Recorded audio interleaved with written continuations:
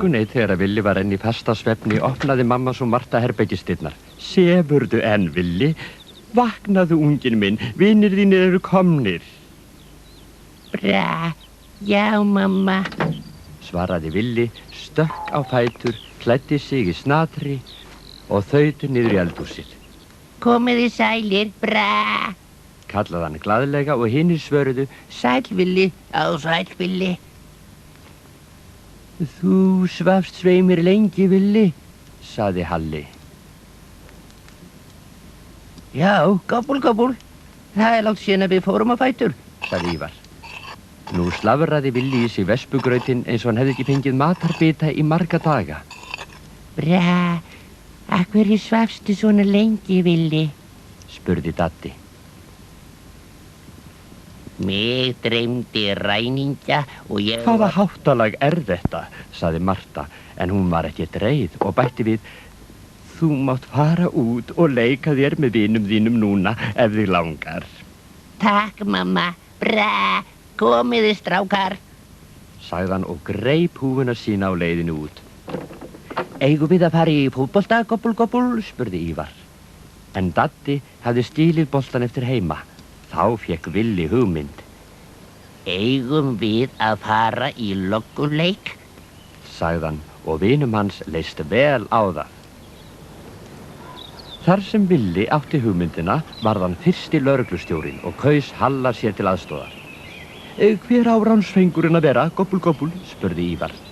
Bra, ég veit, við getum notað húfuna mína, sagði Villi og hengdi hana á þvottasnúruna. Sjonni, Daddi og Ívar voru ræningjar og þeir flýttu sér í felur. 18, 19, 20, nú komum við! Hrópaði Villi. Heyrðu, Villi, hvar ætli þeir séu? sagði Halli. Ég veit það ekki, svaraði Villi. Þú ferð í þessa átt og ég fer í hina. Já, sagði Halli. Villi stingdist inn í kolageymsluna og Halli leit yfir girðinguna og inn á stóra túnið en hinir gægðust laumulega út úr felustöðunum. Síðan læddust ræningjarnir þrír varlega í átt að húfunni.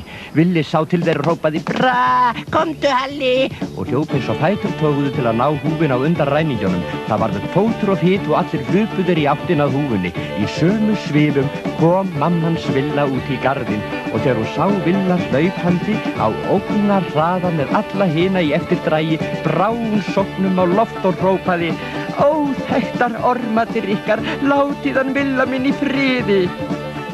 Það var mikill gauragangur, öll hersingin gargaði og gólaði þegar Marta sópaði öllum saman beint ofan í sniglapollin. Mörtu þótti það miður þegar Villi sagði að þeir hefðu bara verið í lögguleik, en Hólmgeir var að dæla yfir á vatni. Skramdu inn.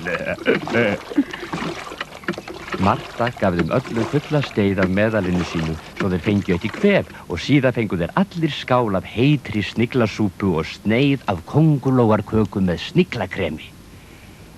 Þegar Villi fór í háttinn kvöldið brosti hann út að eyrum því hann vissi að hann hefði ekki fengið svona gott að borða ef mömmu hans hefði ekki orðið á í messunni. Góða nótt, Bra.